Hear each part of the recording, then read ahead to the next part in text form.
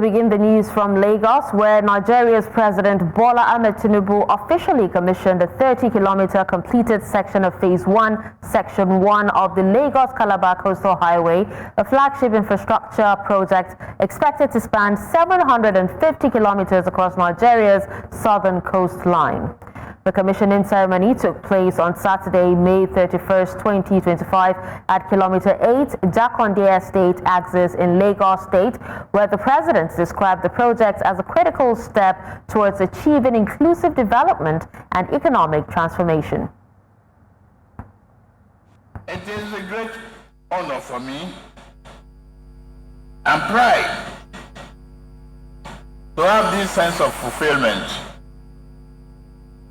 standing before you to commission the completed part of Lagos-Calabar Coastal Highway corridor.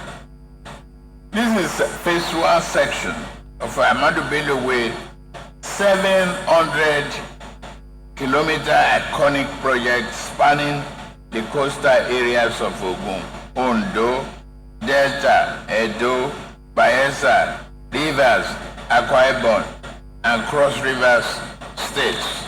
As we celebrate today, let us reflect on our collective responsibility to preserve infrastructure. The government can build roads, but this is left for us, citizens, to maintain. The motorists and residents alike are hereby encouraged to utilize this opportunity very effectively and well. I thank people of Lagos for supporting this project that will positively affect the lives of our people. Now we move to Niger State, where the National Emergency Management Agency, NEMA, says the death toll in the Niger State flooding rose to at least 150 on Saturday. A spokesman for the agency, Ibrahim Hussaini, said the sharp increase from the previous death toll of 115 came as bodies were recovered nearly 10 kilometers away from the town of Mokwa, the epicenter of the floods. A total of 3,000 persons have also been displaced, leveling more than 250 homes and washing away 2 bridges. The update comes as President Bola Tinubu said that he had directed the activation of the National Emergency Response Center in the state. The president said his directive was necessitated by the briefing from the National Emergency Management Agency on the need to scale up urgent humanitarian responses to meet victims' need.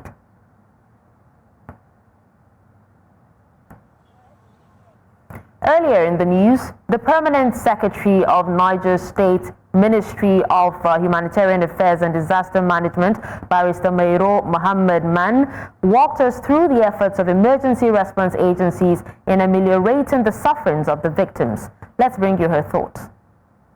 The response was apt, and in conjunction with NEMA also, the Niger State government, ably led by the Deputy Governor, and His Excellency Comrade Farmer Yakubu Garba, and the Commissioner for Humanitarian Affairs, Environment, and some major stakeholders in Niger State went there to see for themselves and to do a first-hand, assessment. And we must say that yes, the damage was quite devastating. It has never happened in the history of Niger State, and it has shocked everybody.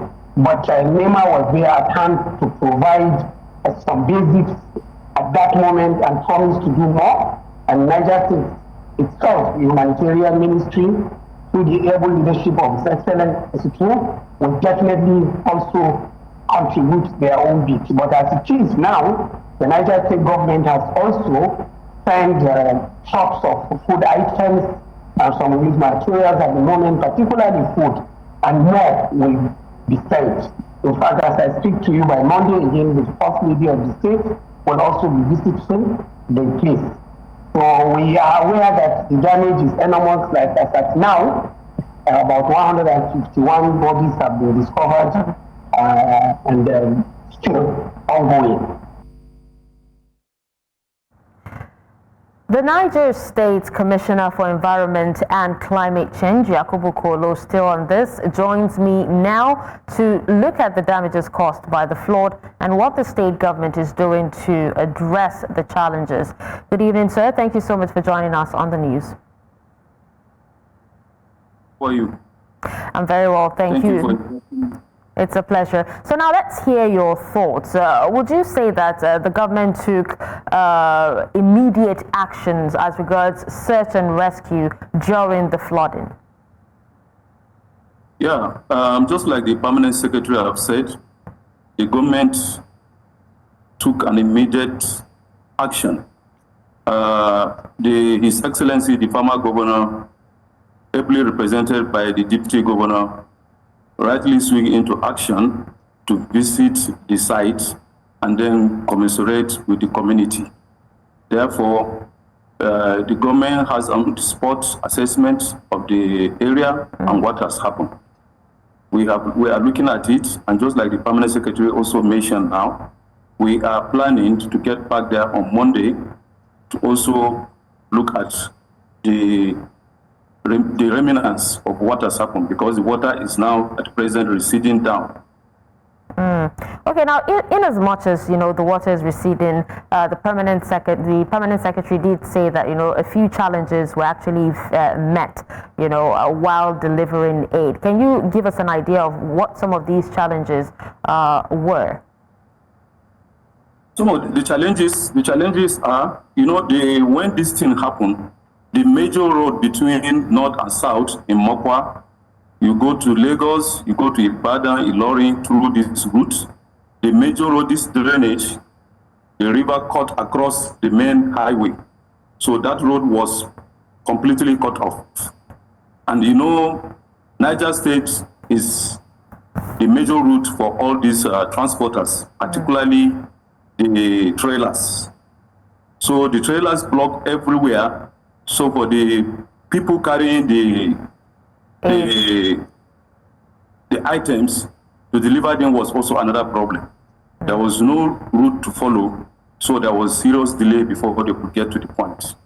And this has also impacted on the challenges that we faced during the visit.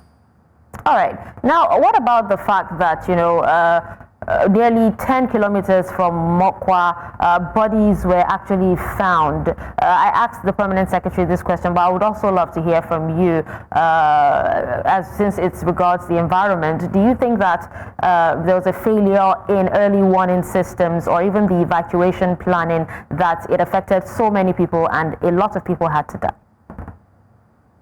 Well, as you could see in the videos that were posted, the turbulence of the water was very, very terrible, and it was not easy.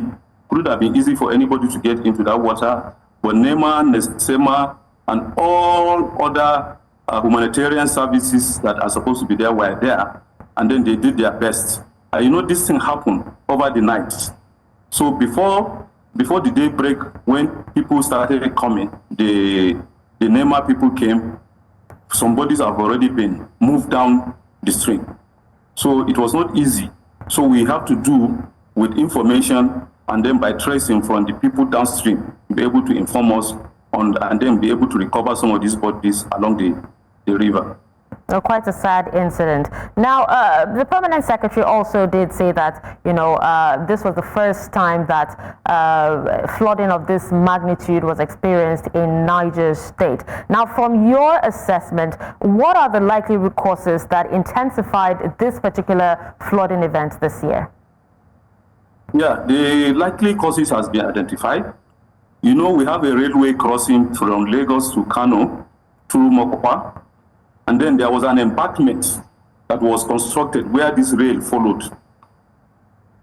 Over the years, all the flash flooding that came around, the flash flood that came around those areas have been stopped by this embankment, and then creating a kind of a canal, like a dam, But this, because of the activities of farmers and then the environmental destruction up north, which is part of the activity of climate change, has reduced the forest to the barest minimum.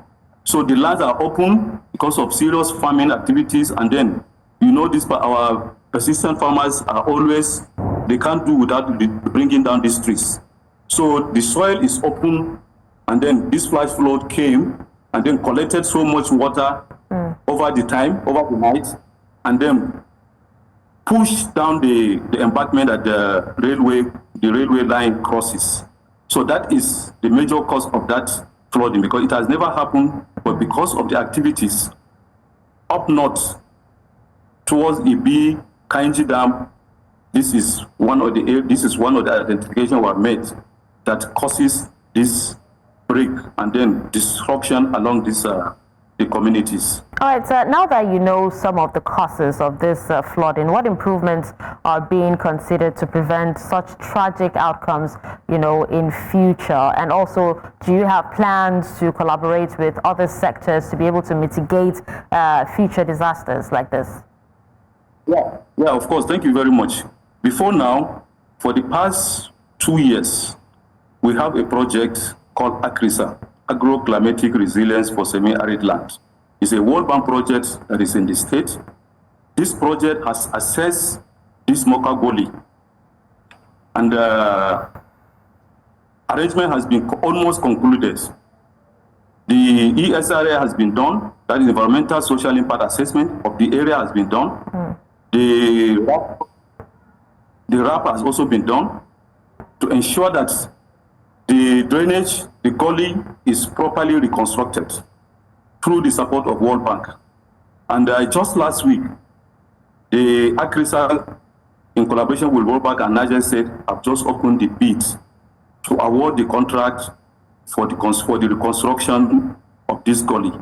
The gully is about 5.9 kilometers within the city of Mokwa, and all these communities that are affected in this disaster are all living along the gully. So what we are doing now is to ensure that ACRISA concludes the bidding process and then the procurement process, and then award the contract to the winner so that they can resume to site and ensure that the drainage is properly reconstructed with proper walls. Okay. So this is what we do now. All right, thank you so much, Commissioner. We do hope that some of these solutions go a long way at alleviating some of the sufferings of the people of Niger State. Thank you once again, sir. Thank you very much for calling me to be on this platform. Thank you very much. Away from that, as News Central investigates the circumstances surrounding the killing of the Divisional Police Officer of Reno Division, CSP Baba Ali, tensions remain high in the community. Now, armored police vehicles have rolled in, and heavy armed security or officers have taken over the area as residents continue to express outrage over the incident. The Kaduna State Police Command has confirmed the arrest of 41 suspects in connection with the attack that led to the DPO's death while on duty on Monday, 26th May 2025. Meanwhile, News Central is looking into disturbing new claims about the slain officer. Full details coming soon. Also, earlier, our correspondent Emmanuel Bagodu joined us live from Reno. Let's bring you his findings. Investigating the man called Baba Ali, who was killed by the community members in Reno. And of course, police officers have taken over the entire community, causing tension, intimidating youth as they claim, and then telling them that they are going to take over the community, according to what the youth claim, making them look feel so inferior. But of course, due to the incident that happened, that was the killing of one of their senior police officers, talking about DSP Baba Ali, the DPO in Reno. Now, we went investigating to know who the DPO was, what was his lifestyle in Reno that led to his killing. Of course, I received a lot of phone calls. I received a call from Bauchi. I received a call from Kafanchan. This same man, according to people that called me, was a DPO in those two states, Kaduna and Bauchi, and he allegedly he was a ruthless person that actually, does not believe in innocence, guilty before innocent before being proven guilty, and tend to tarnish the image of the police by allegedly by torturing a suspected arrested offenders. And the youth are not listening to whatever they are saying. They are saying that this gentleman has been a thorn in the flesh, has been a pain in the ass for the community. From that, popular native doctor Levi Obieze, also known as Ide Show, who was apprehended while attempting to flee the country, is now in police custody and facing serious charges related to kidnapping and ritual killings. The suspect was handed over by police officers and officers of the Nigerian Immigration Services and has been transported to Enugu. News Central's lead correspondent Bernard Akede reports. Another one bites the dust. Popular native doctor Levi Obieze, widely known as Ide Show, was intercepted by operatives of the Nigeria Immigration Service while allegedly attempting to flee the country on a motorbike. The suspect, a native of Umuojo village in Iziagu community in Lagos State, is wanted by the police Enugu State Command for alleged involvement in the abduction of a 30-year-old girl and ritual killings. He was identified via a National Identity Management Commission card slip that was found on him, and he has made self-incriminating statement during profiling. Obieze, who has been on the radar for crimes connected to kidnapping and ritual killings, was immediately handed over to the Lagos State Police Command. Items found in his possession include an ATM card, 2 smart mobile phones, and the sum of 70,000 naira in cash. I want to start by saying we are glad that the effective synergy between the Nigerian Police Force and the Immigration Service is working, and we are taking it to higher level. And this was informed the handing over of this principal suspect to us today. The suspect is Levi Obieze, who is wanted by the Enugu State Police Command for injurious crimes and capital offences that he has committed. And this tends to show that we're on the same page and trying to sanitize the country of criminality and other injurious crimes. Speaking to journalists, both the acting zonal coordinator of the Nigeria Immigration Service and the Lagos State Commissioner of Police assured the public that the rule of law will prevail and urged Nigerians to support security agencies in the fight against crime. Gentlemen of the press, I want you to know that intelligence could be gotten from even the pages of the social media or the newspaper. If you have active intelligence or actionable intelligence and they are properly disseminated to Nigerian Immigration Service, you could be sure that our officers are vigilant and they are proactive. They will be put on notice, and if you have such a person declared wanted, you can be assured that such a person will be apprehended. That is not the first time that we have this level of cooperation and synergy. In fact, for so many cases that we have worked together on, the Nigerian Police Force and Immigration have been able to bring back to this country, or even arrest them before they get out of the country, of wanted suspects across the country. And we continue to strengthen this cooperation to ensure that anybody that committed crime anywhere in this country are apprehended before they get out of the country or where they are getting out. To work on this synergy to get them back into the country for investigation and prosecution. Thank you. Thank you so much. The handover and subsequent transfer of Obieze to the Enugu State Police Command marks another collaborative success among Nigeria's security agencies. The hope for Nigerians now is that justice will prevail in this case. In Lagos for News Central, Bernard Akede. News Central now resumes after the break. Stay with us. Thank you for staying with us. Now, the governor of Taraba State, Abu Kefas, has revealed that his sister, Atsi Kefas, was killed by one of the police escorts in the vehicle they were traveling with. The governor was speaking at a town hall meeting to mark his second-year anniversary as governor of Taraba State, where he insisted that the state is no longer on the sideline, but leading with discipline, technology, and human face. This is the first time the governor is speaking about his sister's killing since last December, when reports emanated that she was killed by bandits who mounted a roadblock along Wukari-Kente Road. According to him, a preliminary police report revealed that she died as a result of severe gunshot injuries sustained from shots fired by one of the police escorts in the vehicle. The governor said that an investigation is still ongoing to ascertain the circumstances surrounding the incident and ensure that justice prevails.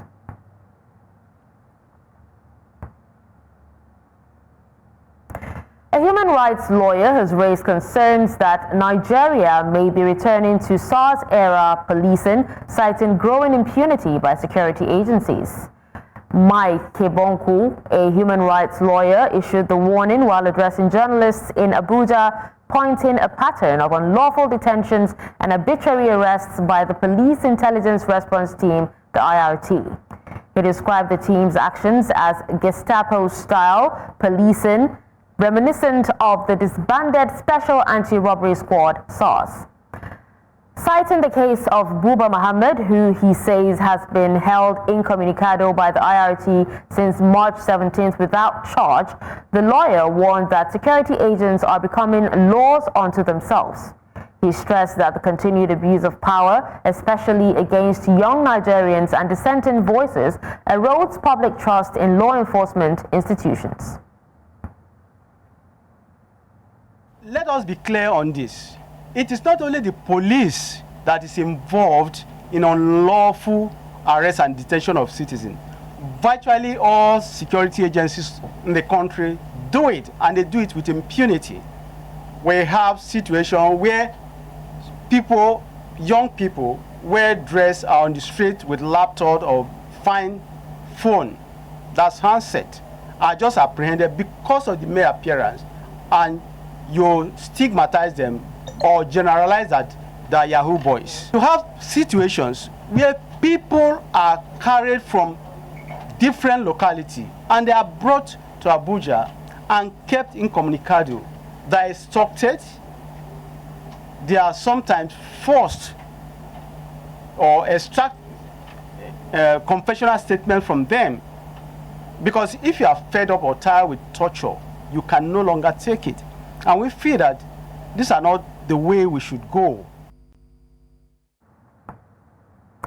Away from that, the recent commissioning of a Center for Islamic Studies in Kaduna State stirred quite a lot of dust in Nigeria's media space. The controversy followed reports that the center was built by a Director General of the Department for State Services, the DSS. Some reports even alleged that the center was actually built and donated by the DSS itself. A lot of Nigerians questioned the rationale in the organization or its operative involving itself in such an endeavor. Now joining me on the news to straighten out the controversy are Gambo Ibrahim, a stakeholder, and also Sheikh Sambo Rigachukun, chairman of the Islamic School Committee. Thank you so much for joining us on the news, gentlemen. Thank you very much. So let me begin with you, Gambo. Now, in a country where religion and politics often intersect, how should the Muslim community interpret the donation of an Islamic center by the head of the DSS, which is an institution typically seen as neutral or even secular? Thank you very much for having me. Let me make a clarification. The Islamic school is not built by the DGSSS, it's built by us, his friends, and donated it to the DG of SSS, that is Mr. Tosin. So that is the issues that people don't understand and don't make research on a lot of things. the Islamia was given an approval from the Kaduna State government in 2024. That is when the DG is in Kogi as SDS. We, his friends and associates, feel that he did a lot of things in Lagos, Bauchi, Kano, and different places. He lived his life, his career as a DSS. You can go and verify from those states. So we feel, let us do something to him. We contacted him that we wanted to do something for him. Initially, it's not even Islamia, but he said, if you wanted to do it for me, go and build an orphanage home. So we sat down with our friends and contacted Sambara Gachiku, which I'm very sure is going to speak clearly. So we started building, and with God, he became the DG of SSS. So the school is over 1.5 years. It's just commissioned last 2 weeks. All right. Now let's hear from Sheikh Rigachukung.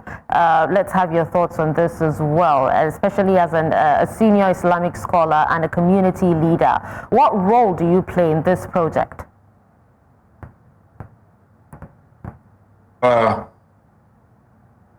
Mr.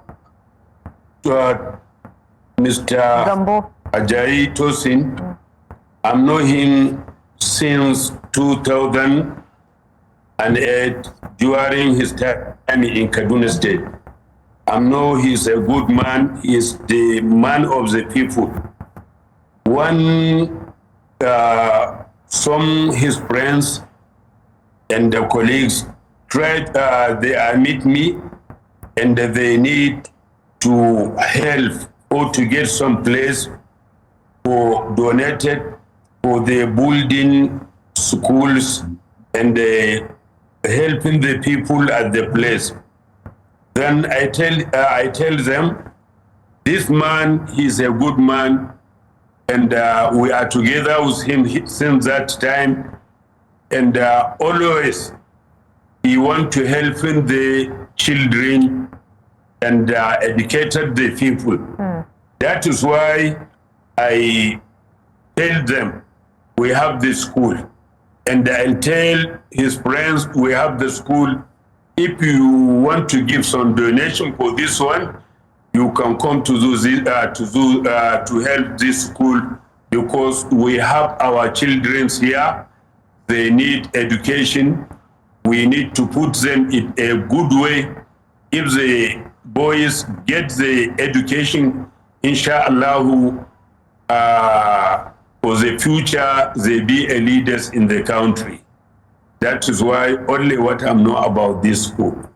Okay, and let's come back to you, Mr. Ibrahim. Now, the DSS Director General described this initiative as part of a broader strategy to win hearts and minds in the fight against insurgency.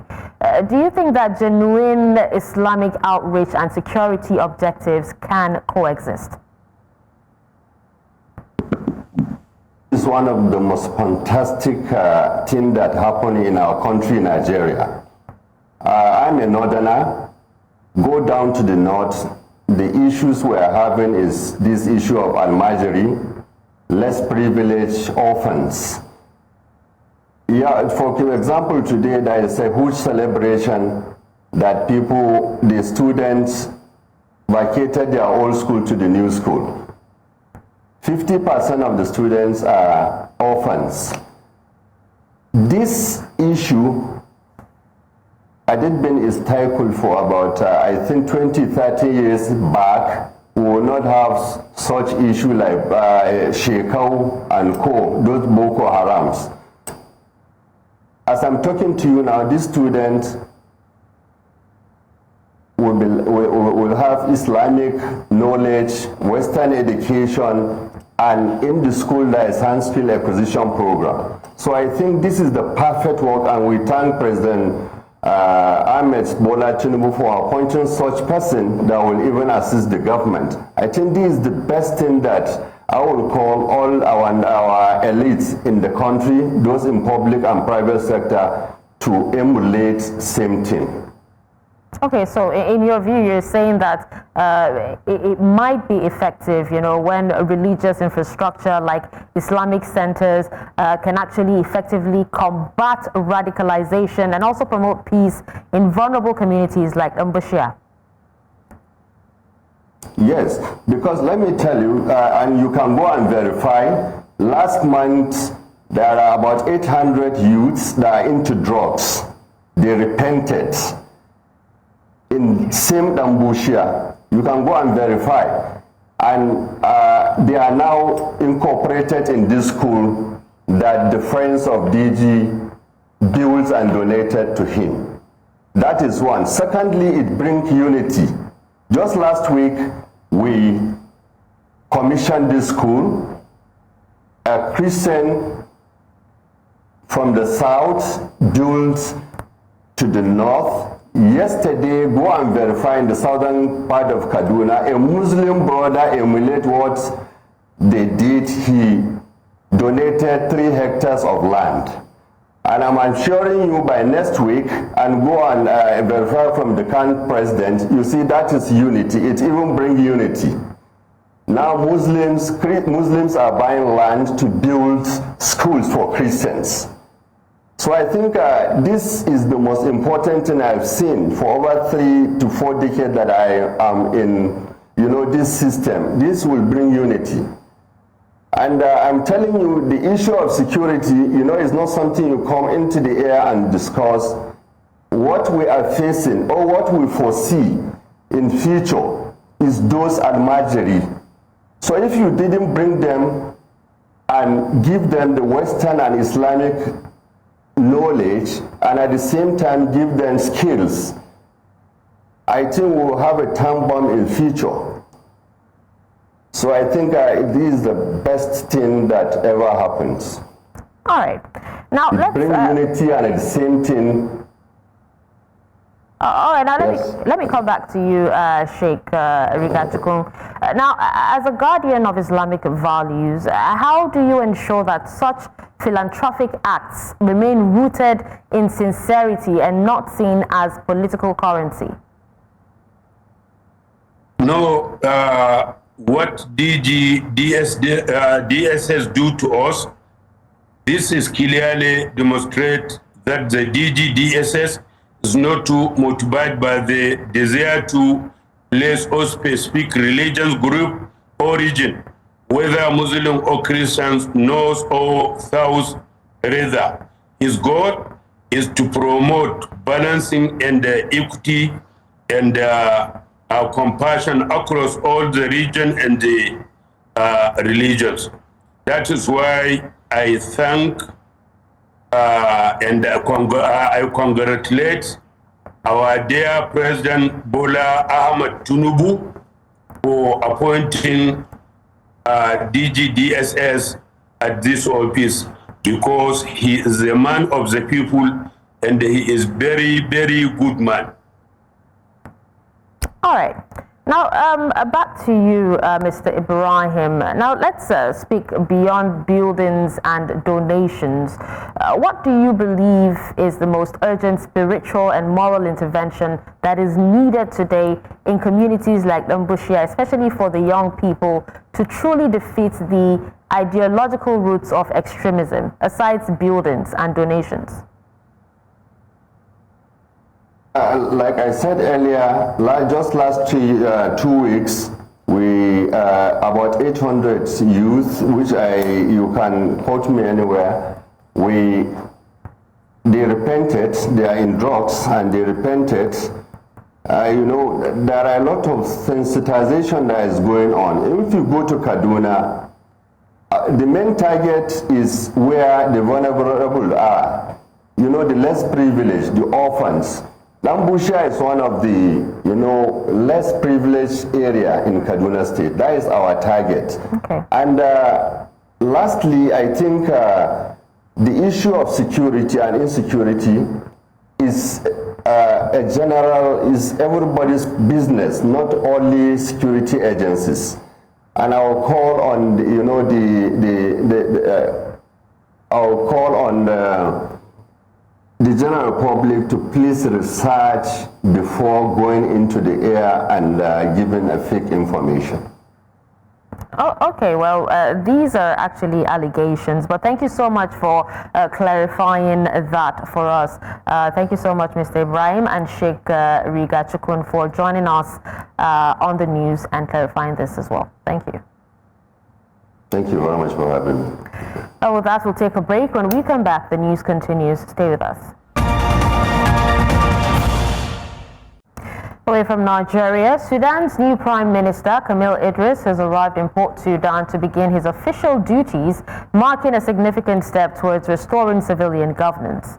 The port city, now serving as Sudan's temporary administrative capital, welcomed Idris days after his appointment by military leader General Abdel Fattah al-Burhan. Idris, a former UN diplomat and international law expert, becomes the first civilian prime minister since Abdullah Hamdok's resignation in 2021. He is expected to hold a series of high-level meetings as part of efforts to form a transitional civilian government.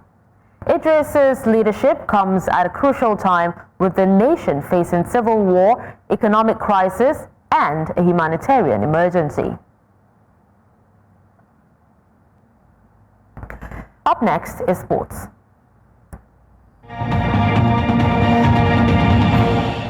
In sports, at least 21 members of the Team Kano, which represented the state at the just concluded 22nd National Sports Festival, have lost their lives following a ghastly bus crash. The accident occurred on Saturday at the Dakar-Saleh Bridge in the Kura local government area of Kano State. The team was returning from the annual event that held in Abeokuta, Ogun State, when the unfortunate event happened. Umar Faj, chairman of the Kano State Sports Commission, who confirmed the incident, said many other athletes sustained various degrees of injuries. Faj said that the bus, which was conveying 30 passengers, fell from the Dakar-Saleh Bridge, leading to the death of 19 athletes. A resident, Jafaru Audu, who witnessed the incident, spoke to New Central Television crew, saying that one of the survivors alleged that the driver fell asleep while driving, which led to the tragedy.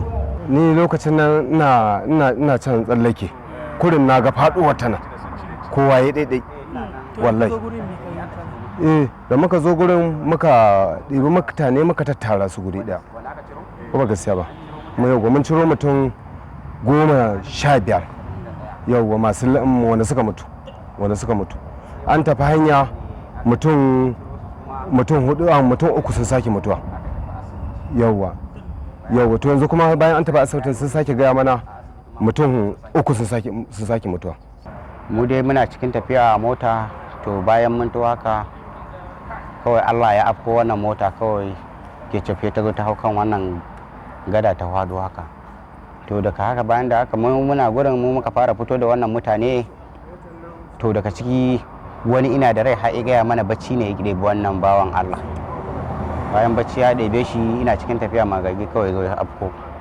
To a haka mun fito da mutane matattu ma mun fito da kaman guda 20 da kusan ɗaya ma wanda suka rasu.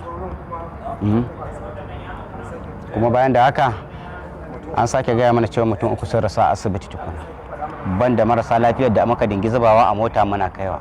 Nigeria are the Unity Cup champions after defeating Jamaica 5-4 on penalties at the GTech Community Stadium in the United Kingdom. The Super Eagles won a dramatic shootout following a 2-2 draw in regulation time. Moses Simon opened the scoring for Nigeria with a smart finish from Odessa's assist. Jamaica quickly responded through Kahim Dixon to level the match at 1-1. Samuel Chukwueze put Nigeria back in the lead with a brilliant second-half goal, but Jamaica struck again through John Russell to force the 2-2 deadlock. The penalty shootout went the distance with both teams trading successful spot kicks. Nigeria ultimately prevailed 5-4 in the nerve-wracking finale. The victory caps off an exciting tournament for the Super Eagles, who defeated Ghana 2-1 in the semi-final. Nigeria are defending champions of the Unity Cup. And that's a wrap on Sport Update. I am Udoka Njoko.